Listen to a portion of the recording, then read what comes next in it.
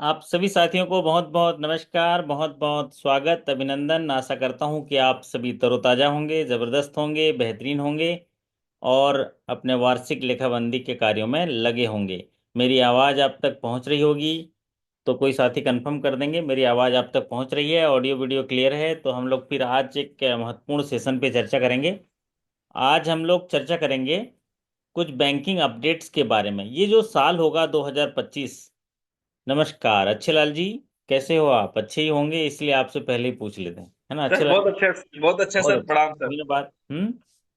तो एक प्रण तो जरूर करना अच्छे लाल जी कि जी सर। आज से, अभी से और आज के बाद मेरे साथ जो भी होगा वो बहुत ही अच्छा होगा। तो अगर ये आपका जो मैं चीजें बताएं, आज से, अभी से, आज के बाद मेरे साथ जो भी होगा अच्छा होगा, ये पावरफुल थॉट है। और ये सबकॉन्शियस माइंड में ये सिग्नल आप बना के रखेंगे ना, तो आपके साथ कुछ गलत भी होने वाला होगा ना, तो वो चीज़ें जो हैं, आपके अंदर एक ओहरा रहता है। और उस मोमेंटम एनर्जी में इतनी ताकत होती है कि कोई भी अगर मिस हैपनिंग होता रहेगा उसको भी बचा लेता है। आप लोग करके देखिएगा। हमें एक अद्भुत जीवन मिला है और इस जीवन में इतनी सारी चीज़ें हैं कि आप मतलब कल्पना नहीं कर सकते। आप को सीखना होगा, वो चीज़ों को सीखेंगे तभी जाके आप अद्भुत महसूस करेंगे। देखिए ना, तमाम चुनौतियां हैं, तमाम कठिनाइयां हैं, तमाम बाधा हैं, लेकिन उसके बावजूद भी आपको जीवन का बांसुरी बजाना है और उसका आनंद लेना है। और अगर ये सीख पाए तो फिर आपका जिंदगी कमाल का होगा। और बैंकिंग में तो पूछिए मत, एक और एक्स्ट्रा लीडरशिप क्वालिटी चाहिए। क्या लीडरशिप क्वालिटी चाहिए अच्छे लाल जी बैंकिंग में? एक लीडरशिप क्वालिटी बैंकिंग में ये इसलिए चाहिए क्योंकि आप यहाँ पर पब्लिक डीलिंग करते हैं, पब्लिक डीलिंग करते हैं।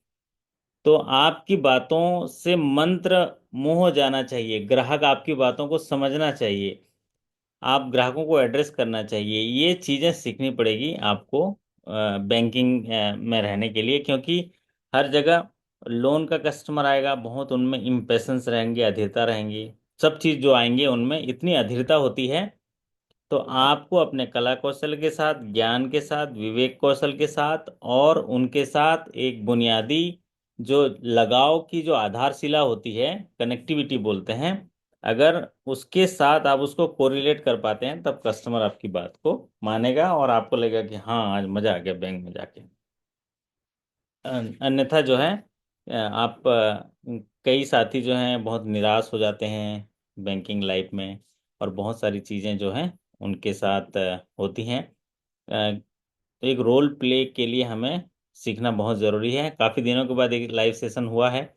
वैसे तो आप लोग रिकॉर्डिंग सेशन देखते ही हैं, लेकिन मैं बता रहा था ये जो 2025 का साल होगा, बहुत सारे चेंजेस होंगे। कितनी सारी चीज़ें चेंज हो गई। मॉनेटरी पॉलिसी में चेंजेस हुआ है, साथ ही बजट अनाउंसमेंट में देखिए बहुत सारे चेंज हुए हैं। Priority sector lending policy change हो गया है। नॉन परफॉर्मिंग एसेट्स, जिसको आयरेक नॉर्म्स बोलते हैं, इनकम रिकग्निशन एसेट क्लासिफिकेशन में चेंज हुआ है। नॉमिनेशन फैसिलिटीज में चेंज हुआ है, डेफ क्लेम में चेंज हुआ है, बहुत सारी चीज़ों में चेंज हुआ है। तो उन चेंजेस को हम लोग धीरे धीरे सीखेंगे। और जितने भी सारे चेंज हुए हैं छोटे छोटे चीज़ों को पढ़ेंगे। एग्रीकल्चर में चेंज हुआ है, एमएसएमई में चेंज हुआ है, गारंटीज में चेंज हुआ है। तो लोन के जो क्रेडिट पॉलिसी है उनमें भी सरकार ने कुछ गाइडलाइन में चेंज किया है। वो सारी चीज़ों को पढ़ेंगे। एक दिन में तो सारी चीज़ें पढ़ी नहीं जा सकती हैं, इसलिए थोड़े थोड़े सरल तरीके से हम लोग पढ़ेंगे। आज कुछ चीज़ें पढ़ेंगे, फिर कल कुछ चीज़ें पढ़ेंगे, ऐसे करते करते लगातार हम लोग पढ़ेंगे। तो सभी का मैसेज मैं देख पा रहा हूँ। आप लोग बोल रहे हैं ऑडियो वीडियो क्लियर है। तो फिर मैं ये पावर पॉइंट साझा करता हूँ। और जो है फिर हम लोग एक ये सवाल के माध्यम से लिया हूँ। आज का सेशंस जो है छोटे छोटे सेशंस के माध्यम से हम लोग ऐसे सीखेंगे। और ओके, स्क्रीन दिख पा रहा है अच्छे लाल जी? आपको स्क्रीन साझा हुआ है आपके साथ? जी जी सर, बहुत अच्छे से दिख रहा है सर। नहीं, पावर पॉइंट वाला स्क्रीन आपको दिख रहा है, जो हाँ पीपीटी दिख रहा है आपके हाँ सर, स्क्रीन पर? ये भी दोनों दोनों दिख रहा है सर, दिख रहा है। ओके, मैं दिख पा रहा हूँ आपको? जी सर। थोड़ा ये अभी हाल ही में 10-15 दिन से ये जूम ने कुछ चेंजेस किया है। तो वो पता नहीं क्या सॉफ्टवेयर है, ये पूरी तरह से सेट नहीं हो पा रहा है। इसको हम ठीक करेंगे। तो फिर भी मैं समझ पा रहा हूँ कि अब अच्छे से दिख रहा होगा स्क्रीन आपको। जी सर जी। चलिए, तो स्वागत है आज के स्पेशल सेशन में। आज हम कुछ बैंकिंग अपडेट्स की चर्चा करेंगे, सवालों के माध्यम से करेंगे। हालांकि आप लोग के पास इतना इंफॉर्मेशन टूल है कि वो सारी चीज़ें आपके पास भी आ रही होंगी, लेकिन जब क्लास के माध्यम से हम चर्चा करते हैं तो आपके मन मस्तिष्क के सबकॉन्शियस माइंड में चला जाता है और उसको जो है आप अच्छे से याद रख पाते हैं। तो पहला, आपके जो चेंजेस हैं वो स्क्रीन पर आप देख सकते हैं कि निम्नलिखित में से किसे हाल ही में प्रधानमंत्री मोदी जी के प्रिंसिपल सेक्रेटरी के रूप में नियुक्त किया गया है। और वो प्रिंसिपल सेक्रेटरी 2 के रूप में नियुक्त किया गया है। ऑलरेडी एक प्रिंसिपल सेक्रेटरी होंगे, प्रिंसिपल सेक्रेटरी 2 के रूप में नियुक्त किया गया है। Who has recently been appointed as principal secretary to PM Modi? Nripendra Mishra ji, Ajay Bhalla ji, Shaktikanta Das ji, Raju Sinha ji. और आप लोग अभी न्यूज़पेपर में देखे भी होंगे कि जो आरबीआई के गवर्नर जो हैं, वो आरबीआई के गवर्नर कौन है? कोई साथी बता पाएंगे अभी आरबीआई के गवर्नर? सर संजय मल्होत्रा। संजय मल्होत्रा जी हैं।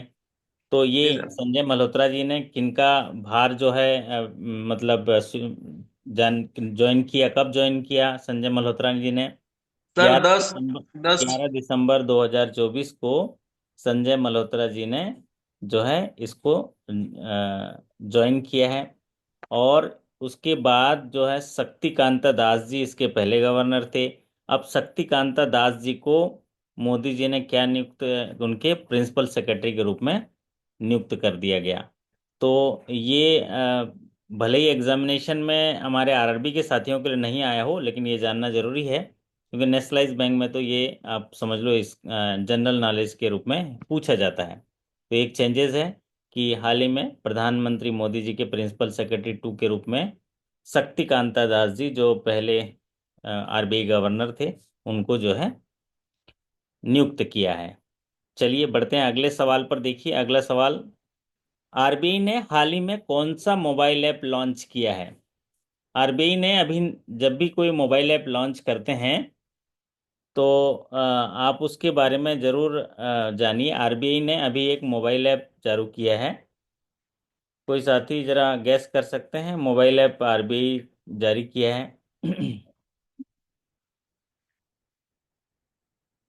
रिसेंटली लॉन्च किया है मोबाइल ऐप। आरबीआई ने हाल ही में एक मोबाइल ऐप लॉन्च किया है जिसको आरबीआई डाटा बोलते हैं। क्या बोलते हैं उसको? ये मोबाइल ऐप जो है RB data, new mobile app launch किया है आरबीआई ने रिसेंटली। और उसको बोलते हैं आरबी डाटा। और ये जो है, ये मोबाइल ऐप जो है वो आरबीआई का है। और ये रिसेंटली अभी जारी किया है आरबीआई ने। एक मिनट, उसका डेट मैं बताता हूँ।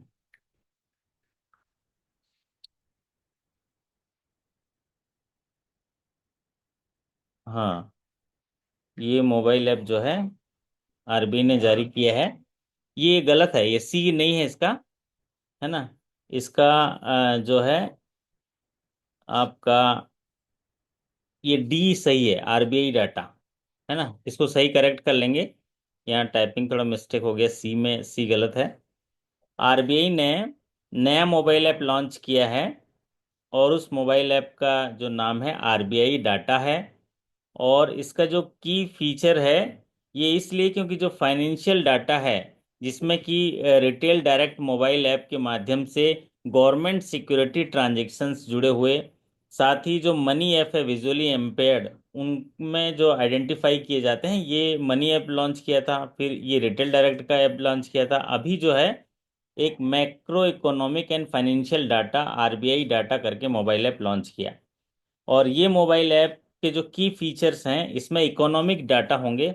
यहाँ पर डी ऑप्शन इसका सही होगा, आरबीआई डाटा। ये इसमें टाइपिंग मिस्टेक है इस स्क्रीन में, इसको सही तरीके से मैं अपलोड कर दूंगा। और इसमें जो है एक इंटरेक्टिव ग्राफिक्स चार्ट होगा जिसमें टाइम सीरीज के डाटा होंगे। और साथ ही ये रिटेल इन्वेस्टर को जो है ये सभी जानकारी देगा, जिसमें कि सारे डाटा सोर्स हैं, उनके मेजरमेंट हैं, पॉपुलर रिपोर्ट्स हैं, और बैंकिंग आउटलेट्स है, बैंकिंग फैसिलिटी है। ये सारी चीज़ें जो है, सार्क का इकोनॉमिक डाटा है, ये सब अवेलेबल होगा। मतलब इसका उद्देश्य यही रहेगा कि जो macro economic and financial statistics है, उसकी जानकारी जो है पब्लिक को हो पाए, यूजर फ्रेंडली फॉर्मेट में हो पाए इंडियन इकोनॉमी के बारे में। इसके लिए उन्होंने हाल ही में एक मोबाइल ऐप लॉन्च किया है, जिसको आरबीआई डाटा कहते हैं। इसको हम सुधार देते हैं। और अभी जो है ये आपका क्वेश्चन जो है यहाँ पर टिक लगने में गलत हो गया था, तो इसको हम सुधार लेते हैं। इसका सही आंसर होगा आरबीआई डाटा होगा। एक सेकेंड, हाँ। तो ये महत्वपूर्ण है आपके एग्जामिनेशन पॉइंट ऑफ व्यू से। जब भी कोई आरबीआई जो है कोई भी मोबाइल ऐप लॉन्च करता है, तो हम उसके बारे में जानकारी रखने की हमारी अपेक्षा रहती है, और उसके बारे में सवाल जो है ज़रूर पूछे जाते हैं। तो आप लोग इस सेशन के माध्यम से जान गए होंगे कि अभी नया ऐप जारी हुआ है, 3 आरबीआई के। पहला ऐप जारी हुआ जो बहुत पूछता था, वो ऐप था कौन सा? Money app. मनी ऐप का इस्तेमाल जो है विजुअली इम्पेयर्ड जो लोग होंगे, वो बैंक के नोट्स आइडेंटिफाई करने के लिए यूज़ करते हैं। तो पहला मोबाइल ऐप मनी ऐप। दूसरा मोबाइल ऐप जो है वो retail direct mobile app launch किया गया, जो गवर्नमेंट सिक्योरिटी के लेन देन के लिए काम आता है। और अभी जो रिसेंटली जो मोबाइल ऐप लॉन्च हुआ, वो है आरबीआई डाटा, ताकि जो macro economics and financial data होंगे इंडियन इकोनॉमी के, उसके बारे में जो है जानकारी लेना हो तो एसेस कर पाएं। तो ये है आरबीआई डाटा। चलिए अगला सवाल आपकी स्क्रीन पर देखिए। निम्नलिखित में से कौन सी भाषा संयुक्त राष्ट्र की आधिकारिक भाषा नहीं है? ये जनरल नॉलेज का सवाल है, इस पर डिस्कस नहीं करेंगे। सीधा सीधा ये फ्रेंच है। फ्रेंच जो है, which language is not an official language of United Nations? United Nations में फ्रेंच जो है आधिकारिक भाषा नहीं है। ये स्केल 4-5 में जनरल नॉलेज में पूछा गया था। अगला सवाल आपकी स्क्रीन पर, ये इंपॉर्टेंट है। आरबीआई ने माइक्रो फाइनेंस ऋणों के लिए जोखिम भार कितने प्रतिशत कम कर दिए गए हैं? What is the new risk weight for microfinance loans as per RBI? तो ये अभी आप लोग जान देखे होंगे कि जो माइक्रो फाइनेंस है, या बैंक जो भी लोन करती है, उस लोन में या एसेट साइड में रिस्क इन्वॉल्व होता है, और उस रिस्क का एक पैमाना होता है, एक वजन होता है कि हम कैसे कैसे लोन देंगे तो उनमें कितना कितना रिस्क होगा। तो इसमें देखे होंगे आप, रिटेल के जितने सारे लोन होते हैं उनके 75% का रिस्क होता है, और गवर्नमेंट को जो लोन देते हैं उनमें 0% का रिस्क होता है। स्टेट गवर्नमेंट को लोन देते हैं 0% का रिस्क होता है। सेंट्रल गवर्नमेंट को लोन देते हैं 0% रिस्क है। सेंट्रल गवर्नमेंट ने गारंटी लिया है तो 20%, 0% रिस्क है। स्टेट गवर्नमेंट ने गारंटी लिया है तो 20% का रिस्क है।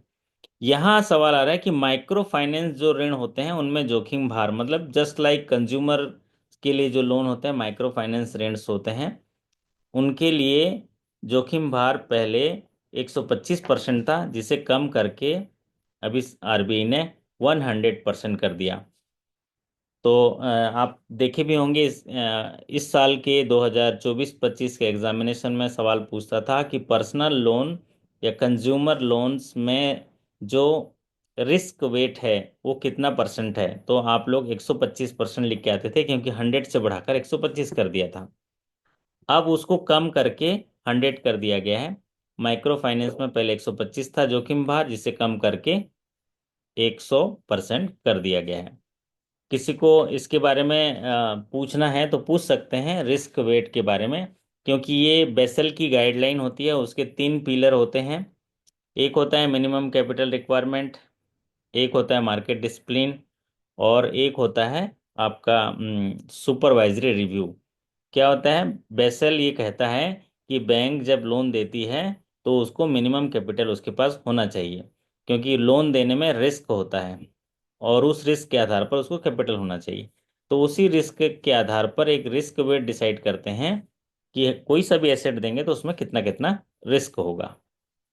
और वो रिस्क एक इस तरह से है कि जैसे स्टेट गवर्नमेंट को लोन देते हैं तो 0% रिस्क, कैश इन हैंड है आपके ब्रांच में 0% रिस्क, कैश इन हैंड दूसरे बैंक में है तो 20% का रिस्क, कैश इन हैंड जो है आपके ब्रांच में है, आपके बैंक के पास है तो 0% का रिस्क, रिटेल लोन है तो 75%, पर्सनल लोन है तो 100%, पहले 125% था।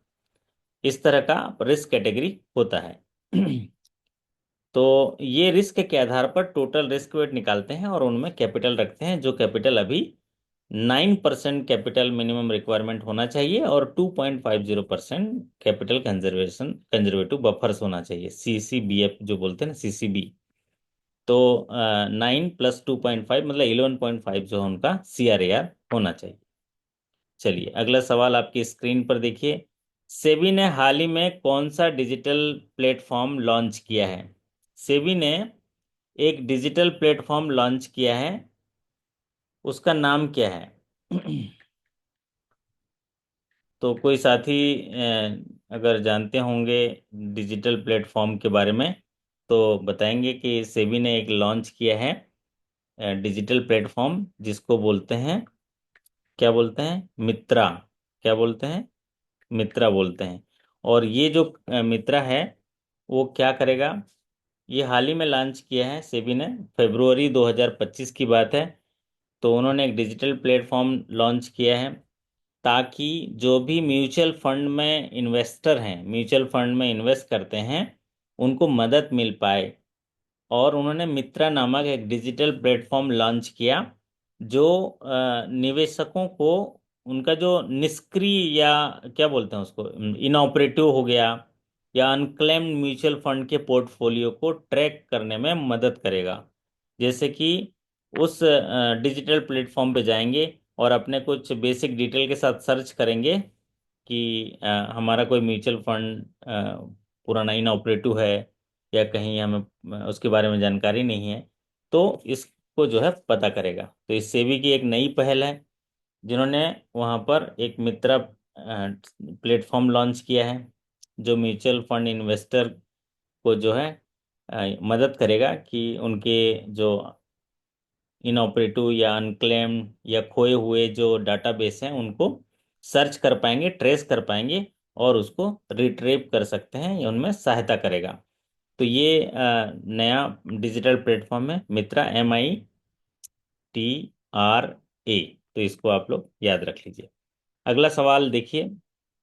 केंद्रीय बजट 2025 में पहली बार महिला उद्यमियों को समर्थन देने के लिए किस पहल की घोषणा की गई? What initiative was announced to support first-time women entrepreneur in the Union Budget 2025? जब यूनियन बजट हम लोग पढ़ रहे थे तो वहाँ भी ये जिक्र किए थे कि केंद्रीय बजट 2025 में अभी पहली बार महिला उद्यमी बन रहे हैं तो उनको सपोर्ट करने के लिए, प्रोत्साहित करने के लिए क्या घोषणा की गई थी? 1 करोड़ तक ब्याज मुक्त ऋण या 2 करोड़ रुपए तक के सावधि ऋण, महिलाओं के नेतृत्व वाले स्टार्टअप के लिए अनुदान या महिला उद्यमियों के लिए कर में छूट। तो अभी आप लोग देखे भी होंगे, बजट में पढ़े भी होंगे कि 2 करोड़ तक के टर्म लोन की फैसिलिटी पहली बार जो वुमेन एंटरप्रेन्योर बन रहे हैं उनको सपोर्ट करेंगे, 2 करोड़ तक। आप देखे होंगे भी जो स्टैंड अप इंडिया है उसमें 10 लाख से ज़्यादा 1 करोड़ तक के महिला वुमेन बेनिफिशियरी या ST SC जो है उनको दिया जाता था। अब उसी को बढ़ा के समझ लीजिए 2 गुना कर दिया गया है कि महिला जो उद्यमी हैं उनको 2 करोड़ रुपए तक के सावधि ऋण जो है प्रदान किए जाएंगे। तो ये आप लोग को याद रहेगा बजट के अनाउंसमेंट के आधार पर। अगला सवाल देखिए आपकी स्क्रीन में। निम्नलिखित में से किस में ब्याज दर जोखिम शामिल है?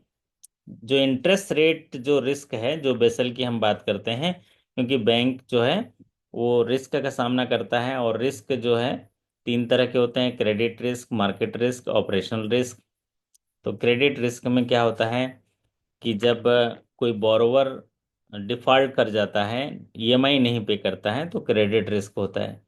मार्केट रिस्क जो है, जैसे कि इंटरेस्ट रेट वाला जो फ्लक्चुएशन होता है, इंटरेस्ट रेट कम ज़्यादा होता है, तो मार्केट रिस्क है।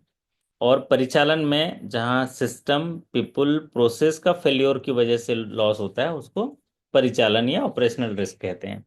तो यहाँ पर इंटरेस्ट रिस्क है, तो ये मार्केट रिस्क कैटेगरी में आएगा। इसका सही आंसर होगा बाजार जोखिम या मार्केट रिस्क की बात कहते हैं। चलिए अगला सवाल आपकी स्क्रीन पर देखिए। निम्नलिखित में से कौन सा वर्ष 2025 के लिए आरबीआई द्वारा आयोजित वित्तीय साक्षरता का सप्ताह था? फाइनेंशियल लिटरेसी वीक जो है वो, which of the following is the theme of financial literacy week conducted by RBI for the year 2025? तो आरबीआई जो है फाइनेंशियल लिटरेसी वीक बनाता है, फाइनेंशियल लिटरेसी वीक, और उसका थीम पूछा है कि इस बार का थीम क्या है। तो आप लोग जान भी रहे होंगे पूरा डीएफएस से या भारत सरकार के लिए भी 2025 जो है वुमेन प्रॉस्पेरिटी पर काम कर रहे हैं। और आप देखे भी होंगे कि सरकार द्वारा ये कहा गया है कि जो महिला हैं उनको जो है लीडरशिप दिया जाए, इनकममेंट दिया जाए। फाइनेंशियल लिटरेसी का भी यही थीम, कि वुमेन प्रॉस्पेरिटी इसका थीम है। क्या है? वित्तीय साक्षरता, महिलाओं की समृद्धि, मतलब फाइनेंशियल लिटरेसी, वुमेन प्रॉस्पेरिटी, ये इसका जो है थीम था वीक 2025 का। तो अभी अट- ये जो फाइनेंशियल लिटरेसी वीक कब हुआ था? फाइनेंशियल लिटरेसी वीक हुआ 24 फरवरी से लेके 28 फरवरी के बीच। और ये फाइनेंशियल लिटरेसी वीक में जो थीम था वो था women's prosperity. Financial literacy, women's prosperity इसका थीम था। और इसमें जो एम्फेसिस किया गया है, financial planning, saving, risk management या availing credit for the growth, ये जो है इसके, और इनको जो है इनको जोर दिया गया। लेकिन मेन जो है इनका फाइनेंशियल लिटरेसी, वुमेन्स प्रॉस्पेरिटी। तो फरवरी 2025 में ये फाइनेंशियल लिटरेसी वीक हुआ। और इसको जो है आप प्रेस इंफॉर्मेशन ब्यूरो के वेबसाइट पे देख सकते हैं। रिजर्व बैंक इसको कंडक्ट करता है और हर साल करता है, और इसकी शुरुआत करी थी 2016 से। फाइनेंशियल लिटरेसी वीक की शुरुआत जो है 2016 से किए करते आ रहे हैं, अलग अलग थीम के साथ। इस बार जो है जो थीम बना इस बार, वो थीम था वुमेन प्रॉस्पेरिटी के ऊपर। और ये जो वीक की शुरुआत की गई थी वो अहमदाबाद रीजनल ऑफिस या वहाँ से आरबीआई के ऑफिस से की गई थी। बाकी सभी जगह इसको मनाया गया था। चलिए अगला सवाल लेते हैं आपके स्क्रीन पर। आरबीआई ने हाल ही में अ, किस एक कार्य समूह गठन किया था जो भारतीय रिजर्व बैंक द्वारा विनियमित बाजारों के व्यापार और निपटान समय की व्यापक समीक्षा करेगा। तो जब हिंदी में हम सवाल पढ़ते हैं तो थोड़ा कठिन लगता है, एग्जामिनेशन में भी ऐसा लगता होगा। अब उसको इंग्लिश में पढ़ लेते हैं, थोड़ा आसान होता है। RBI has recently set up a working group under the chairmanship of, dash होगा वहां पर, to undertake a comprehensive review of trading and settlement timing of market regulated by the Reserve Bank. तो अभी हाल ही में आरबीआई ने किसकी अध्यक्षता में एक वर्किंग कमेटी का गठन किया था, वर्किंग ग्रुप का गठन किया, जो जितने भी ट्रेडिंग और सेटलमेंट की टाइम होगी, ट्रेडिंग और सेटलमेंट मतलब जो शेयर मार्केट में ट्रेडिंग वगैरह सेटलमेंट होती है, तो उसमें जो टाइमिंग होगा उसकी व्यापक समीक्षा करेंगे। तो ये जो है ऑनलाइन ट्रेडिंग मार्केट से जुड़ा हुआ है। तो इसको हमारे साथी जो है पढ़ते भी होंगे, और जहाँ भी वेल्थ मैनेजमेंट, वेल्थ क्रिएशन हो, उसके बारे में ज्ञान जरूर रखना चाहिए। तो हाल ही में आरबीआई ने एक वर्किंग ग्रुप बनाया, जिसके जो चेयरमैन हैं राधा श्याम रथो जी के चेयरमैनशिप या अध्यक्षता में एक वर्किंग ग्रुप बनाया है, जो क्या करेगा, जो कॉम्प्रिहेंसिव रिव्यू करेगा जो ट्रेडिंग और उनके सेटलमेंट टाइम के बारे में जो मार्केट रेगुलेशन होता है उसकी समीक्षा करेगा। चलिए अगला सवाल आपकी स्क्रीन पर देखिए, यहाँ पर रखा है, इंग्लिश पहले पढ़ लेते हैं। How many lakhs youth are targeted to be trained under the AI for entrepreneurship initiative launch by the government of India. इसकी घोषणा बजट में करी गई थी कि भारत सरकार द्वारा शुरू की गई उद्यमिता के लिए एआई मतलब आर्टिफिशियल इंटेलिजेंस पहल के तहत कितने लाख युवाओं को प्रशिक्षित करने का लक्ष्य रखा गया है। 1 लाख, 2 लाख, 3 लाख, 4 लाख। तो ये भारत सरकार की नई पहल है जिसमें भारत सरकार चाहती है कि एआई के माध्यम से नए एंटरप्रेन्योरशिप को ट्रेंड किया जाए। और ये इनिशिएटिव्स जो सरकार ने लिया है और इसमें एक टारगेट रखा है कि कितने लाख लोगों को वो करेंगे, और वो है 1 लाख लोगों को। ये लक्ष्य रखा गया है कि 1 लाख लोगों को इस एआई के माध्यम से ट्रेंड किया जाएगा। ये लक्ष्य रखा गया है। तो आप लोग याद रख लीजिए, 1 लाख का टारगेट है। ये बजट अनाउंसमेंट का ही एक सवाल है। चलिए अब एक नया यहाँ पर सवाल है। डिजिटल भुगतान में धोखाधड़ी की बढ़ती घटनाओं से निपटने के लिए आरबीआई आईडीआरबीटी के माध्यम से भारतीय बैंकों के लिए विशेष इंटरनेट डोमेन शुरू कर रहा है जो एक विशेष रजिस्ट्रार की तरह काम करेगा। To combat the increased instances of fraud in digital payment, RBI is introducing the exclusive internet domain for Indian banks through IDRBT, which will act like an exclusive registrar। तो अब आप देखे होंगे सबसे ज़्यादा ऑनलाइन फ्रॉड की संख्या बढ़ती जा रही है। तो जो ऑनलाइन फ्रॉडस्टर्स हैं, जो मेहनत की कमाई भारत के सिटीजन के हैं, उनको ना बहुत आसानी से चुरा के ले जा रहे हैं और इसका जो सिस्टम है उसका लाभ उठा रहे हैं। तो उसी से निपटने के लिए इतनी डिजिटल भुगतान में धोखाधड़ी हो रही है। तो इनको सामना करने के लिए, इन घटनाओं से निपटने के लिए भारतीय रिजर्व बैंक ने एक विशेष इंटरनेट डोमेन शुरू कर रहे हैं जो किस आधार पर होगा। बैंक नेट, बैंक.com, बैंक इन, ये आप लोग देखिए यहाँ पर बैंक.in करके एक नया डोमेन शुरू कर रहे हैं जो एक एक्सक्लूसिव रजिस्ट्रार की भांति कार्य करेगा। और इस बैंक.in जो ये एक नया डोमेन शुरू होगा, इसमें डिजिटल भुगतान में हो रही धोखाधड़ी को निपटने के लिए व्यापक उसमें जो है चीज़ें दी होंगी। अभी डिटेल जो है आएगा तो हम लोग इसका एक भी सेशन डिटेल हम कर लेंगे कि क्या क्या इसमें फीचर होंगे।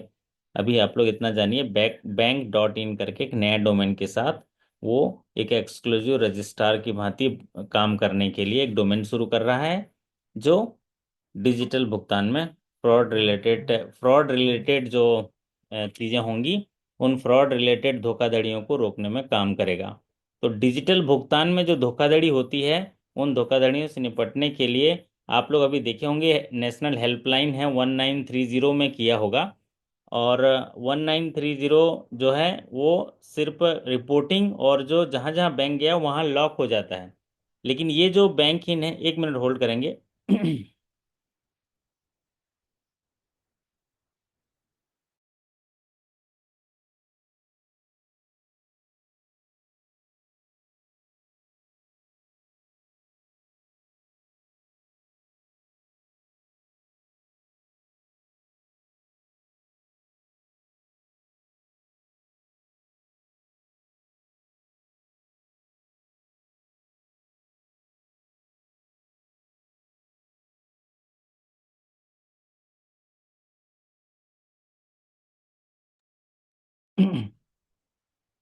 ओके, मेरी आवाज़ आ रही है? अभी कोई साथी के बता देंगे मेरी आवाज़ आप तक पहुंच रही है? हाँ अच्छे लाल जी, पहुंच रही है आवाज़? जी सर। यस सर, आ रही जी है। सर आ रही है। Okay okay. तो अभी तक जितना पढ़ाया थोड़ा समझ में आ रहा है, सीखने मिल रहे हैं? जी सर। ओके चलिए। तो अभी हम लोग पढ़ेंगे, अगले सवाल पर चलते हैं। अगला सवाल आपकी स्क्रीन पर देखिए। केंद्रीय बजट मतलब जो अभी आपका यूनियन बजट जो हुआ था, केंद्रीय बजट 2025-26 के तहत एमएसएमई में बहुत परिवर्तन किया गया। एमएसएमई के मानदंड में संशोधन किया गया था। एमएसएमई के डेफिनेशन में एमएसएमई के तीन पार्ट होते हैं, एक माइक्रो, स्मॉल एंड मीडियम। तो सवाल पूछ रहा है कि यूनियन बजट 2025-26 के तहत एमएसएमई क्लासिफिकेशन में जो संशोधन हुआ उनके अनुसार मध्यम उद्यम के लिए, मतलब जो बोलते हैं मीडियम इंटरप्राइजेस के लिए टर्नओवर की अधिकतम सीमा क्या है? As per the propose revision in MSME classification criteria under Union Budget 2025-26, the maximum cap on turnover is specified for medium enterprises। तो तीन तरह के इंटरप्राइजेस हैं, एक है माइक्रो, एक है स्मॉल, और एक है आपका मीडियम। तो तीन इंटरप्राइजेस, और इनके कंपोजिट क्राइटेरिया होता है इन्वेस्टमेंट और टर्नओवर का। तो इन्वेस्टमेंट और टर्नओवर के आधार पर इनको डिसाइड किया जाता है कि ये जो हैं माइक्रो कहलाएंगे, स्मॉल कहलाएंगे या मीडियम कहलाएंगे। तो जो करंट सिनारियो है अभी का, इसमें जो है चेंज ये आया है कि अगर कोई माइक्रो है, पहले क्या था, 1 करोड़ का इन्वेस्टमेंट हो और 10 करोड़ का इन्वेस्टमेंट हो और 50 करोड़ का इन्वेस्टमेंट हो, तो ये क्राइटेरिया था। 1 करोड़ के इन्वेस्टमेंट में माइक्रो, 10 करोड़ के इन्वेस्टमेंट में स्मॉल और 50 करोड़ के इन्वेस्टमेंट में मीडियम इंटरप्राइजेस था। और टर्नओवर उसका 5 गुना, मतलब अगर किसी इंटरप्राइजेस का 1 करोड़ का इन्वेस्टमेंट और 5 करोड़ का टर्नओवर हो तो माइक्रो कहलाता था। लेकिन ये बजट से पहले, बजट में क्या किया है, सबको 2.5 गुना बढ़ा दिया गया है। अगर किसी अंतर जो इंटरप्राइजेस का इन्वेस्टमेंट 2.5 करोड़ है और उसका टर्नओवर जो है वो 4 गुना मतलब 10 करोड़ है, तो वो माइक्रो कहलाएगा। अगर किसी इंटरप्राइजेस का 25 करोड़ तक इन्वेस्टमेंट है और 100 करोड़ तक अगर उसका टर्नओवर है तो वो स्मॉल कहलाएगा। और अगर किसी इंटरप्राइजेस का इन्वेस्टमेंट जो है वो आपका इन्वेस्टमेंट है आपका 125 करोड़ और उसका टर्नओवर अगर 500 करोड़ है तो वो क्या कहलाएगा? मीडियम कहलाएगा। तो यहाँ रिवाइज जो कैटेगरी आया मीडियम का, मीडियम में इन्वेस्टमेंट 125 करोड़ होना चाहिए और टर्नओवर 500 करोड़ होना चाहिए। सवाल पूछा है टर्नओवर का, तो टर्नओवर में आपको 500, याद तो तीनों को रखना पड़ेगा आपको, कुछ भी उसमें से पूछेगा। लेकिन इस साल भर जितने भी एग्जामिनेशन होंगे एमएसएमई का डेफिनेशन जरूर पूछेगा। तो एमएसएमई के तीन इंटरप्राइजेस होते हैं, माइक्रो, स्मॉल, मीडियम। इन्वेस्टमेंट और टर्नओवर का क्राइटेरिया डिसाइड करता है कि ये माइक्रो में रहेगा, स्मॉल में रहेगा कि मीडियम में रहेगा। 2.5 करोड़ तक का इन्वेस्टमेंट है तो माइक्रो होगा, 25 करोड़ तक का इन्वेस्टमेंट है तो स्मॉल होगा, और 125 करोड़ का अगर इन्वेस्टमेंट है तो वो मीडियम होगा। मतलब कितना बढ़ा दिया, क्योंकि जो पहले 50 करोड़ तक था तो उनको एमएसएमई के बेनिफिट नहीं मिल पाते थे, उसी को बढ़ाया गया क्योंकि सरकार चाहती है कि एमएसएमई का दायरा बढ़े। क्यों? क्योंकि एमएसएमई बढ़ेगा तो रोजगार मिलेगा युवाओं को, क्योंकि सबको जो है एक काम होना उनको बहुत जरूरी है, इसलिए इसको बढ़ाया है। तो आप क्राइटेरिया फिर से याद कर लीजिए। माइक्रो, 2.5 करोड़ का इन्वेस्टमेंट है तो माइक्रो, 25 करोड़ का इन्वेस्टमेंट है तो स्मॉल, और 125 करोड़ का इन्वेस्टमेंट है तो मीडियम। ठीक, टर्नओवर को 4 गुना कर दीजिए। अगर 10 करोड़ का टर्नओवर है तो माइक्रो कहलाएगा, और अगर 100 करोड़ का टर्नओवर है स्मॉल कहलाएगा, 500 करोड़ का टर्नओवर है तो आपका मीडियम कहलाएगा। तो ये क्राइटेरिया है, इसको 2-3 बार पढ़ेंगे तो याद हो जाएगा, और बार बार सेशन में हम लोग रिपीट करेंगे तो ये आपको याद हो जाएगा। अगला सवाल आपकी स्क्रीन पर देखिए, ये सवाल का जवाब तो आप लोग सब जरूर जानते होंगे, पढ़े भी होंगे बजट अनाउंसमेंट में, कि जो नया यूनियन बजट का अनाउंसमेंट हुआ 2025-26 में, इसमें संशोधित ब्याज सहायता मतलब जो इंटरेस्ट सबवेंशन की बात है, किसान 5 लाख। क्रेडिट कार्ड की ऋण सीमा को बढ़ाया गया। कितना किया पाँच गया? लाख 3 लाख था पहले, 3 लाख से बढ़ा के कितना किया गया? As per the 5 lakh. Latest budgetary announcement, what is the revise Kisan credit card KCC loan under the modified interest subvention schemes for financial year 2025-26? तो जो इंटरेस्ट सबवेंशन पार्ट है, उसमें ये कहा है कि अगर 5 लाख रुपए तक के लोन देते हैं 7% इंटरेस्ट से, तो सरकार के द्वारा बैंकों को इंटरेस्ट सबवेंशन मिलेगा। ये रिवाइज मॉडिफाइड इंटरेस्ट सबवेंशन की लिमिट जो 3 लाख थी उसको बढ़ा के 5 लाख कर दिया गया है। तो ये मोस्ट पॉपुलर सीरीज का क्वेश्चन बन सकता है आपका नए अपडेट में, और इसको आप लोग जो है अच्छे से याद कर लीजिए। किसान क्रेडिट कार्ड में जो रिवाइज लिमिट बढ़ा दी गई है वो 3 लाख से 5 लाख तक। 5 लाख तक लोन 7% के आधार पर बैंक लोन देती है, तो उनको 1.5% का इंटरेस्ट सबवेंशन मिलेगा। प्लस अगर कोई किसान प्रॉम्प्ट रिपेमेंट करता है तो उसको क्या मिलेगा? उसको मिलेगा इंटरेस्ट सबवेंशन, प्रॉम्प्ट रिपेमेंट का भी मिलेगा। अगला सवाल आपकी स्क्रीन पर देखिए। आरबीआई ने 2021 में एक लोकपाल योजना का नोमेनक्लेचर चेंज किया था। बैंकिंग लोकपाल योजना थी, उसका नाम बदला। तो वो नाम, क्या नाम रखा गया, ये आपको बताना है। RBI has recently change Hindi nomenclature for reserve bank integrated ombudsman scheme. तो उसका नाम क्या है ये पूछा गया है। तो उसका नाम भारतीय रिजर्व बैंक ने reserve bank of India integrated, अच्छा क्वेश्चन में ही आंसर लिखा है, recently change Hindi nomenclature for reserve bank. Hindi में तो भारत इसमें क्या बोलते हैं, भारतीय रिजर्व बैंक एकीकृत लोकपाल योजना बोलते हैं। और इंग्लिश में तो reserve bank of India integrated ombudsman schemes. तो पहला वाला भी सही है, reserve bank integrated ombudsman scheme 2021 पहला वाला सही है। रिजर्व बैंक एकीकृत लोकपाल योजना 2021 ये भी सही लग रहा है ना। हिंदी में तो एकीकृत लोकपाल योजना है और इंग्लिश में तो इंटीग्रेटेड ओम्बुड्समैन स्कीम है। तो इसको जाने दीजिए, ऐसे में ना विवाद वाला है, मतलब इसमें दोनों सही लग रहा है, पहला वाला भी और सी वाला भी। और सवाल भी समझ में आ रहा है, हिंदी हिंदी नोमेनक्लेचर पूछा है तो सी सही होना चाहिए। इंग्लिश पूछ ही नहीं सकता क्योंकि इंग्लिश का तो खुद ही दिया है, इंटीग्रेटेड ओम्बुड्समैन स्कीम दे ही दिया है। तो ये थोड़ा, चलिए इसको ऐसे ही याद रख लीजिए। अब ये सवाल देखिए आपके स्क्रीन पर।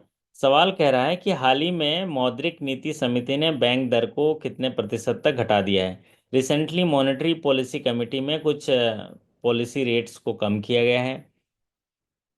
तो यहाँ पर जो सवाल पूछा है बैंक रेट से जुड़ा हुआ सवाल पूछा है।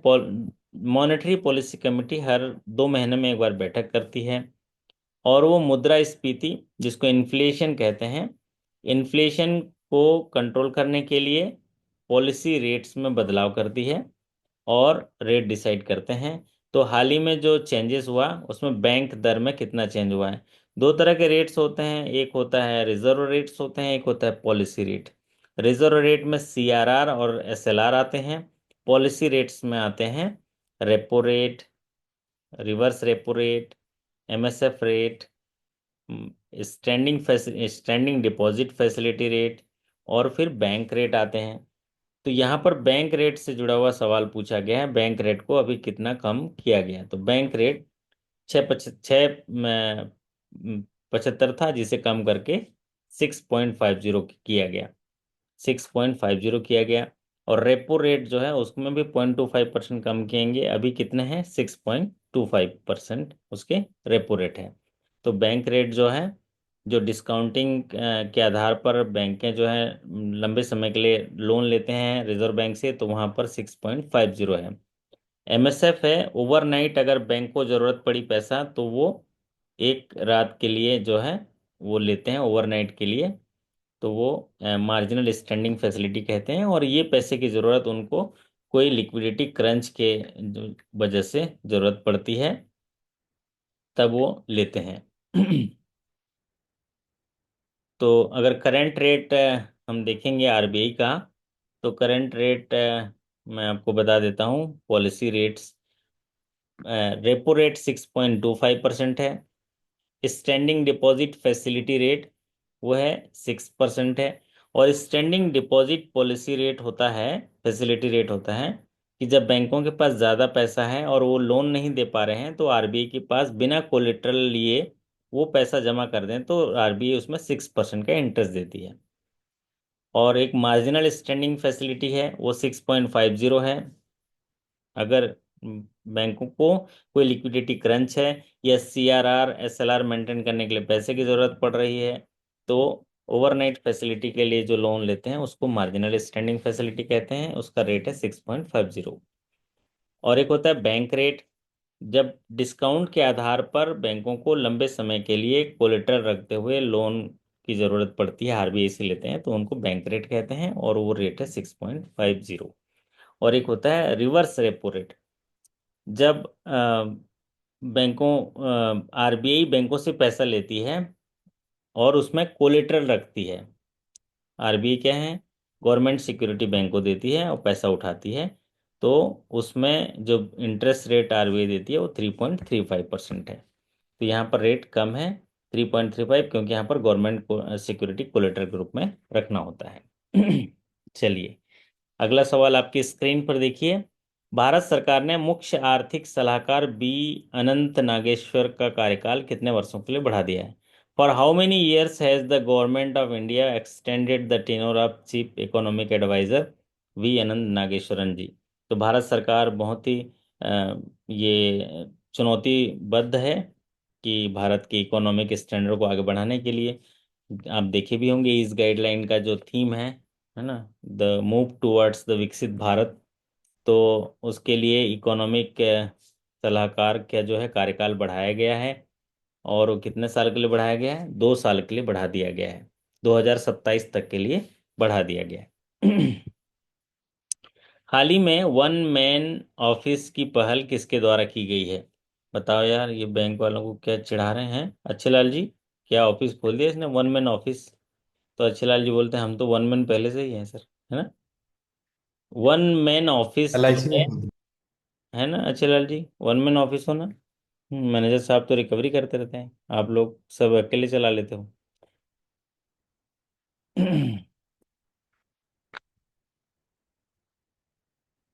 एक मिनट है। पूछ रहे हैं कि applicable for branch head else.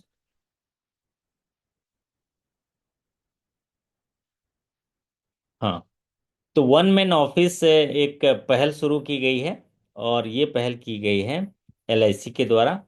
और ये एक गैजेट सिस्टम से एक ऑफिस होगा जिसमें एक ही व्यक्ति रहेगा, और वो ऑफिस चलेगा, और डिजिटल या एआई के माध्यम से जो है सारी चीज़ें वो काम करेगा, कस्टमर खुद ही सारा काम कर लेगा। जैसे डिजिटल बैंकिंग यूनिट्स की भी परिकल्पना इसी आधार पर आई है, बैंक में डीबीयू, जिसमें सारे गैजेट्स होंगे और वो इंटरेक्टिव गैजेट्स होंगे और उससे सारा काम करेगा। इसी आधार पर वन मैन ऑफिस का एक इनिशिएटिव लॉन्च स्टार्ट किया गया है। वो कौन किया है? एलआईसी ने किया है। एलआईसी कर सकता है भैया जिंदगी के साथ भी जिंदगी के बाद भी कुछ भी कर सकता है, बहुत पैसा है उनके पास, है ना। चलिए, बजटीय घोषणा के अनुसार सीजीटीएमएससी योजना के तहत कवरेज बढ़ाकर कितना रुपए कर दिया गया है? तो जैसा कि अभी बजट अनाउंसमेंट हुआ है 2025-26, और इसमें कवरेज सीजीटीएमएससी का पहले जो 5 करोड़ था उसको बढ़ाकर कितना कर दिया है? कोई साथी पढ़ाए होंगे तो आप लोग जान रहे होंगे कि सीजीटीएमएससी का जो कवरेज 5 करोड़ था उसे बढ़ाकर 10 करोड़ कर दिया गया है। कितना कर दिया गया है? 10 करोड़। अगर आरआरबी के लिए देखेंगे तो 50 लाख से बढ़ाकर 2 करोड़ कर दिया, और जो 5 करोड़ का थ्रेशोल्ड लिमिट था उसे बढ़ाकर 10 करोड़ कर दिया गया। तो ये एक महत्वपूर्ण भाग है, 5 करोड़ से बढ़ाकर 10 करोड़ कर दिया सीजीटीएमएससी गारंटी। अगला सवाल आपकी स्क्रीन पर देखिए। हाल ही में सेंट्रल बैंक ऑफ इंडिया द्वारा ओमिनी चैनल ऐप लॉन्च किया गया, जो बैंकिंग, निवेश, खरीदारी और बीमा के लिए मंच प्रदान करता है। The Omni channel app launched by the Central Bank of India offering a platform for banking, investment, shopping and insurance. तो ये अभी हाल ही में 31 मार्च को लॉन्च किया गया और इसका नाम है सेंट ईज। सेंट ईज है। तो ये नया मोबाइल ऐप जो है ओमिनी चैनल जो है शुरू किया गया है। अगला सवाल आपकी स्क्रीन पर देखिए। नवीनतम बजटीय घोषणा के अनुसार टीडीएस काटने के लिए वरिष्ठ नागरिक जमा द्वारा अर्जित आय ब्याज की जो सीमा है वित्त वर्ष 25-26 के लिए बढ़ाकर कितनी कर दी गई है। तो जो टीडीएस के बारे में सवाल पूछ रहा है, as per the latest budgetary announcement threshold limit of interest earn by senior citizen deposits for deducting TDS has been increased to for financial year 2025-6। तो सीनियर सिटीजन के लिए हम क्या करते थे, पहले 50,000 रुपये एक फाइनेंशियल ईयर में उससे ज़्यादा इंटरेस्ट अर्न हुआ तो टीडीएस डिडक्ट होता था। और सामान्य नागरिकों के लिए 40,000। इसे बढ़ा दिया गया है। अब क्या किया गया है, सीनियर सिटीजन्स को ज़्यादा लाभ देने के लिए अगर उनके इंटरेस्ट इनकम जो है एक फाइनेंशियल ईयर में पहले 50,000 का थ्रेशोल्ड था उसे बढ़ाकर 1 लाख कर दिया गया है। कितना कर दिया गया है, 1 लाख कर दिया गया है। और सामान्य सिटीजन जिनका पहले 40,000 था उनको बढ़ाकर 50,000 कर दिया गया है। तो 25-26 के लिए जब टीडीएस की बात आएगी तो वो बढ़ाकर कितना कर दिया गया है, पेंशनर सॉरी सीनियर सिटीजन के लिए 50,000 से 1 लाख कर दिया गया है और सामान्य नागरिक के लिए 40,000 से 50,000 कर दिया गया है। तो यहाँ सवाल चूंकि सीनियर सिटीजन का था इसलिए आपको 1 लाख पे टिक करना पड़ेगा। अगला सवाल आपकी स्क्रीन पर देखिए। सरल सा सवाल है, इसका जवाब तो हमारे अच्छे लाल जी दे देंगे। अच्छे लाल जी सवाल क्या लिखा है पढ़िए जरा। सवाल लिखा है, कुछ दिख रहा है आपको? हम्म। कोई साथी जो है इसमें सवाल दिख रहा है, बताएंगे? राजभाषा नीति के अनुसार बैंक के साइनेज पर भाषाओं का क्रम क्या? हम्म। What is the sequence of languages on signage of the bank as per official language policy? बहुत बढ़िया। मतलब राजभाषा नीति जो है बैंक का, अगर कोई साइनेज बोर्ड है तो उसमें क्रम क्या होगा, है ना। क्रम मतलब पहला कौन सी भाषा में लिखा होगा, उसके बाद कौन सी भाषा में, उसके बाद कौन सी भाषा में। तो आप लोग जानते भी होंगे क्योंकि अपना अपना बोर्ड देखे होंगे। तो पहले क्षेत्रीय भाषा में होता है, किस भाषा में होता है, क्षेत्रीय रीजनल भाषा लैंग्वेज। होगी। फिर हिंदी होगा, फिर इंग्लिश होगा। तो पहले क्षेत्रीय भाषा, क्योंकि आपने मोदी जी का भाषण देखा ही होगा। किसी किसी मतलब कॉन्फ्रेंस में जाते हैं तो वहाँ की लोकल भाषा में पहले बोलते हैं नमस्ते, क्या क्या बोलेंगे ना, जय जोहार, कुछ कुछ बोलते हैं आपके ना। तो वो क्षेत्रीय भाषा को पहले कनेक्ट करते हैं, फिर हिंदी। और इंग्लिश को तो नहीं करते। तो ये उसी का है, क्षेत्रीय भाषा, हिंदी, इंग्लिश, ये उसका क्रम होता है। तो ये कुछ आज सवाल थे। आज इतने ही सवाल बना पाया। कल फिर हम कल प्रियरिटी सेक्टर में चेंजेस है उस पर पढ़ेंगे। फिर उसके बाद नॉन परफॉर्मिंग एसेट में चेंज हुआ है उसको परसों पढ़ेंगे। तो कल हम लोग प्रियरिटी सेक्टर पढ़ेंगे जो चेंज हुआ है। आशा करता हूँ कि आज के सेशन से कुछ नए अपडेट्स आपको मिले होंगे जो चेंजेस आए हैं। और ये जो सवाल होते हैं हमारे लिए हीरे मोती के जैसे होते हैं, आप डायरी में लिख के इसको ज़रूर रखिए, पढ़िए। और जब एग्जामिनेशन आएगा उसके पहले रिवीजन कर लीजिए तो आपका जो है सवालों का सामना करने में आपकी महारत होगा, आप अच्छे से उसको कर पाएंगे। अपने हौसलों को जिद्दी करके आया हूँ, अपने हौसलों को जिद्दी करके आया हूँ, हारूंगा नहीं, अब ख्वाबों को हकीकत में बदलने आया हूँ। क्योंकि कोई भी चीज़ जब हम जिद करते हैं तो प्राप्त होता है। और हमारे गवाह के तौर पे सुधीर जी से हम पूछेंगे। सुधीर जी, सही बात है ना? जी बचपन में सर, सब बिल्कुल। बचपन में सब मिलता था कि नहीं आपको? हैं? जी सर। बचपन में जो है सारी चीजें मिलता था, बताओ क्यों मिलता था बचपन में सारी चीजें? क्योंकि हम जिद्दी थे। जिद हैं? करते हैं। जैसे मुझे आइसक्रीम चाहिए मतलब चाहिए, मम्मी नहीं देगी, पापा नहीं देगी तो मामा से ले लेंगे, काका से ले लेंगे, लेकिन चाहिए मतलब चाहिए, वो भी अभी चाहिए। हैं? कितनी जिद होती थी तो मिलता था। और आज तक भी आप अपने आप को ये देखिए कि जो जो चीजें आपको मिली है ना उनको एहसास करिए आंखें बंद करके। तो आप उसके लिए जिद्दी बने होंगे, या कोई अच्छा कर पाए होंगे तो उसके लिए आपको जिद आया होगा। तो अपने हौसलों को जिद्दी करके आया हूँ, हारूंगा नहीं, अब ख्वाबों को हकीकत में बदलने आया हूँ। और सबसे बड़ी बात है, देखो एग्जाम हो गया, सब हो गया, लेकिन सुधीर कंबोज बोल रहे हैं सर कि जब भी सेशन आता है तो मैं पढ़ने को आया हूँ। मैं पढ़ने का आया हूँ और ख्वाबों को हकीकत में बदलने आया हूँ। बिल्कुल और सर। मैं अपने हौसलों को जिद्दी करके आया हूँ। जिद्दी करके आए हैं। जी। तो आज कुछ नया जानकारी सीखने मिला आपको? जी सर, बिल्कुल बहुत अच्छे नए बैंकिंग अपडेट्स पता लगे, नए सर्कुलर्स पता लगे आरबीआई के द्वारा जारी किए गए। एनपीए में आईआरईसी नॉर्म्स का बताया आपने, प्रायोरिटी सेक्टर लैंडिंग का बताया कि नए अपडेट्स आ गए सर्कुलर्स में। हाँ, सारे सर्कुलर नए आ गए। बहुत सारे सर्कुलर अभी इस बार देखना, आपको बहुत सारे चेंजेस होंगे। तो अभी हम कल प्रियरिटी सेक्टर पढ़ेंगे, ठीक है? जी सर। प्रियरिटी सेक्टर पढ़ेंगे, ऐसे 9:30 बजे का सेशन रखेंगे, 10:30 1 घंटा हम लोग पढ़ेंगे। ठीक है सर। बात करते करते साधारण एकदम हल्का फुल्का पानी पीते पीते पढ़ेंगे तो थकावट नहीं होती है ना। जी जी जी सर, आप तो ऐसे पढ़ा देते हैं सर, दोबारा याद करने की जरूरत ही नहीं पड़ती, इतने अच्छे से पढ़ा देते हैं सेशन में। हाँ, तो कुछ कुछ नए जैसे ऐप आते हैं ना, वो और वो ऐप आते हैं या नया टर्मिनोलॉजी आता है तो उसको हमको पढ़ना बहुत ज़रूरी होता है। जी मोनिका रानी जी बोल रहे हैं P M F M E या बेसल नॉर्म्स का मल्टीपल क्वेश्चन का सेशन करा दीजिए। ठीक है, क्वेश्चन करा देंगे, पहले भी कराएं। लेकिन अभी हम चाह रहे हैं कि जितने भी सारे चीज़ें हैं पॉलिसी वगैरह सबका एक एक और पढ़ाएंगे। बहुत सारे चेंज हो गए हैं, लगभग 100 150 चेंजेस आ गए हैं। तो अभी शायद क्लोजिंग वगैरह का चल रहा भी रहा है, ऑडिट वगैरह चल रहा होगा। फिर भी जी हम सर। लोग थोड़ा थोड़ा पढ़ते रहेंगे, सीखते रहेंगे। और बहुत सारे देखो कितने सारे रिजल्ट निकल गए हैं सुधीर। जी सर। जी सर। और हमारे जो सुनील सुमन जी भी यहाँ पर हैं। सुनील जी, आपको सफलता मिली है, उसके लिए हम बहुत बहुत बधाई देंगे आपको। आपको हमारी आवाज़ पहुँच रही है? जी सर, नमस्ते। नमस्ते सुनील जी, कल आपका मैसेज आया है ना, तो इतने साथी हमारे प्रमोट हुए, हमारे लिए तो बहुत खुशी की बात है। हमारा मतलब ऐसा लगता है कि नौ जीवन, नौ जागृति, नौ उत्साह, नौ आराधना, सभी साथियों का जो है पूरा हुआ मनोकामना। इसलिए मैं भी देता हूँ आपको बधाई और ढेर सारी शुभकामना। बहुत बहुत धन्यवाद सर। तो कैसा महसूस कर रहे हैं आप, ये बड़ी मेहनत के बाद सफलता पाई है आपने? बहुत ही बेहतरीन सर। अरे बहुत वाह! ही बढ़िया। तो अभी आप चीफ मैनेजर हो गए ना, मुख्य प्रबंधक। जी जी जी हाँ सर। अरे वाह, देखो शिवाजी माली आपको ना बधाई दे रहे हैं। शिवाजी, आपको जी जी सर। मेरा आवाज आ रहा है आपके पास? हाँ हाँ, आपकी जी हाँ जी। बहुत मीठी आवाज आ रही है।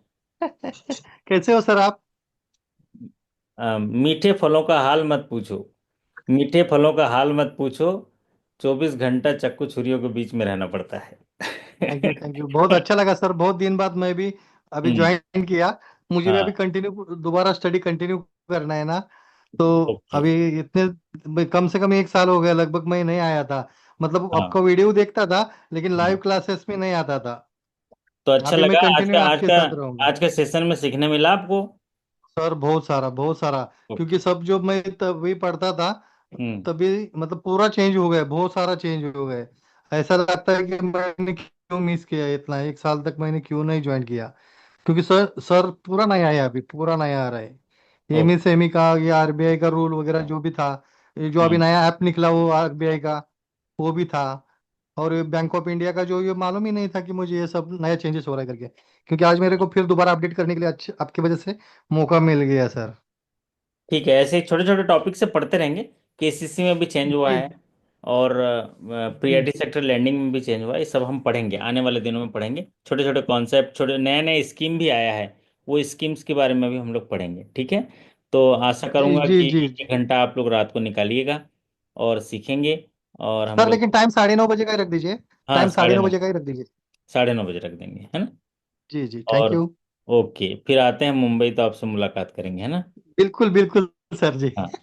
बहुत ओके। अच्छा रहा सर आपको मिलके भी, और इतने दिन बाद आवाज सुना तो बहुत मजा आया। हाँ, अभी एक बीच में एक बार गया था पढ़ाने के लिए, बट बहुत कम समय था उसमें, 3 या 2 डेज के लिए था, तो इसलिए मुलाकात नहीं हो पाई। फिर जी जी मिलेंगे। आइए, नेक्स्ट टाइम कभी आते हो तो आते मिल हैं। लेते हैं।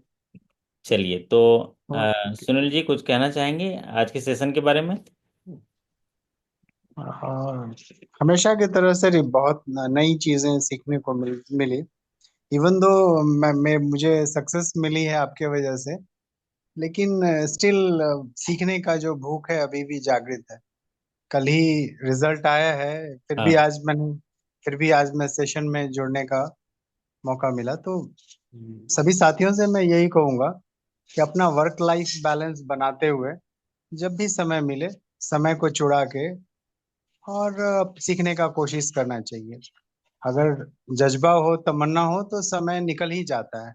हाँ। जो लोग पान खाने वाले हैं पान खाने का टाइम निकाल लेते हैं, जो टीवी हाँ। में स्कोर टीवी सही। क्रिकेट देखने वाले हैं वो स्कोर पूछ लेते हैं, हाँ। तंबाकू खाने वाले हैं वो समय निकाल लेते हैं, सिगरेट पीने वाले भी समय निकाल लेते हैं।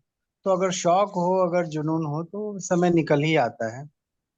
तो 24 घंटा तो सबके लिए है, बट उस 24 घंटे को 26 घंटे में कैसे कन्वर्ट करना है, मल्टीपल वर्क करके और समय को छुड़ाने की कला आनी चाहिए। सही तो बात। धीरे धीरे मैं तो अगर बोलता हूँ अपडेट कि करते अगर रहें। ये ना इसको ना आदत में कन्वर्ट करने के लिए एक ही उपाय है। मन करे चाहे ना करे, अपने माइंड को वहाँ फिक्स कर लो, तो धीरे धीरे माइंड उससे कनेक्ट हो जाता है और फिर आपको सारी चीज़ें आसान लगती हैं।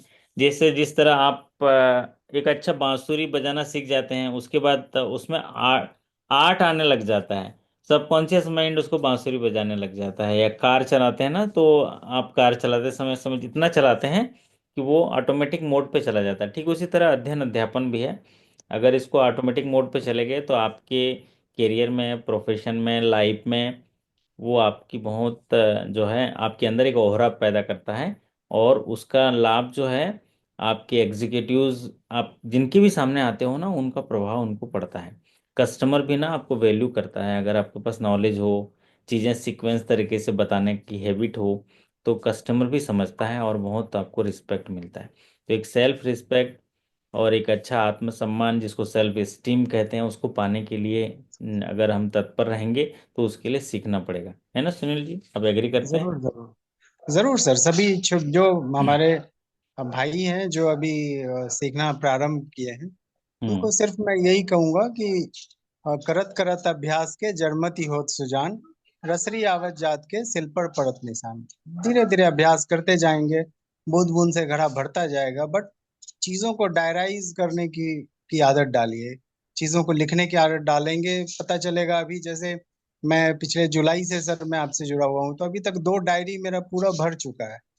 और जब अच्छा। भी आप और उस डायरी को अगर मैं रिवाइज करने की जब भी मैं कोशिश करता हूँ तो पूरा दिन निकल जाता है, और इतना अच्छा लग उसमें मटेरियल जमा मतलब हो गया। वो वो थोड़ा मजा मजा आता होगा आपको, अच्छा लगता होगा, जी, है ना? यकीनन कि यकीनन। कि वो हाँ, डायरी को मैंने इतनी सारी चीजें पढ़ी है, मैं तो बहुत सारी चीजें पढ़ा हूँ। और वो जी रिकग्नाइज करता है आपके माइंड को भी ना।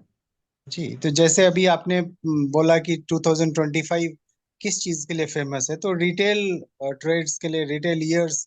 जैसे हाँ। 2024 रिटेल ईयर ऑफ रिसोर्सेज था, वैसे 2025 रिटेल ईयर के रूप में मनाया जा रहा है। तो ये छोटी छोटी चीजें आपने ऑलरेडी बताई हुई हैं। तो हम्म। वो चीजें जब आती हैं जहन में, या फिर जब हम अपने एग्जीक्यूटिव से बात करते हैं या फिर अपने दोस्तों से अनुजों से बात करते हैं, तो वो जब आप वो आपके इनपुट में आता है तो फिर चीजों का देखने का नजरिया सामने वाले के ऊपर बहुत इंप्रेसिव रहता है। तो रहता सबसे है। मैं यही आग्रह करूंगा कि थोड़ा थोड़ा करके समय निकालें। अभी मान लीजिए कि लाइव क्लास अगर नहीं देख पाए तो रिकॉर्डेड वीडियो देख सकते हैं, और वो देखें जरूर। समय निकालने से सब कुछ संभव है, असंभव कुछ भी नहीं है। और हाँ। ये मत सोचें कि सीट कम है या कुछ है, आपको तो सिर्फ एक सीट चाहिए। और उस एक अगर आपकी तैयारी अगर संपूर्ण हो जाएगी तो सिर्फ एक सीट में भी अपने आप को इस तरह तैयार करें कि अगर एक वैकेंसी हो तो सिर्फ आपका ही सिलेक्शन हो। बाकी मैं सर तो हाँ, बेहतर मैं तो गाइड सरल रहेंगे। तरीके से बताना चाहूँगा, आप भी एग्री करेंगे कि जी आप आनंद लेने के लिए, ज्ञान लेने के लिए पढ़ना शुरू कर लीजिए, आनंद लेना शुरू कर दीजिए। परिणाम अपने आप आपको आनंद दिलाएगा, यकीन मानिए। क्योंकि आपका फोकस रहेगा, मैं ज्ञान कलेक्ट कर रहा हूँ, जो भी पढ़ाया जा रहा है उसको मैं पढ़ रहा हूँ, लिख रहा हूँ, समझ रहा हूँ, दोहरा रहा हूँ, अभ्यास कर रहा हूँ। तो आपका देखना खुद का आत्मविश्वास थोड़ा जागृत होगा। फिर एक टॉपिक को, मैं ये नहीं कह रहा हूँ कि एक बार में ही पूरा समझ में आएगा। हो सकता है मैं इतना समझा पा रहा हूँ, मुझे 100 100 बार पढ़ना पड़ा हो, दोबारा पढ़ेंगे तो कुछ और अच्छा समझ में आएगा। इस तरह से कड़ी दर कड़ी, आज एक पढ़ पाए, कल एक पढ़ पाए, ऐसे करके आप अभ्यास करेंगे, आप देखिएगा सफलता के बहुत नज़दीक आएंगे। और जिस समय एग्जाम होगा आपको लगेगा कि हाँ कोई जादू हो गया और मैं सफलता के करीब पहुंच गया, ऐसी आपको फीलिंग्स आएगी। और यही चीज़ सिखाने के लिए मैं आप लोगों को हमेशा प्रेरित करता रहता हूँ। तो आप सभी के अच्छे कार्य निष्पादन और बेहतर स्वास्थ्य की कामना करते हुए आप विदा लेते हैं। फिर मुलाकात करेंगे कल। तब तक के लिए धन्यवाद, नमस्कार, शुभ रात्रि। Thank you sir, good night sir, thank you.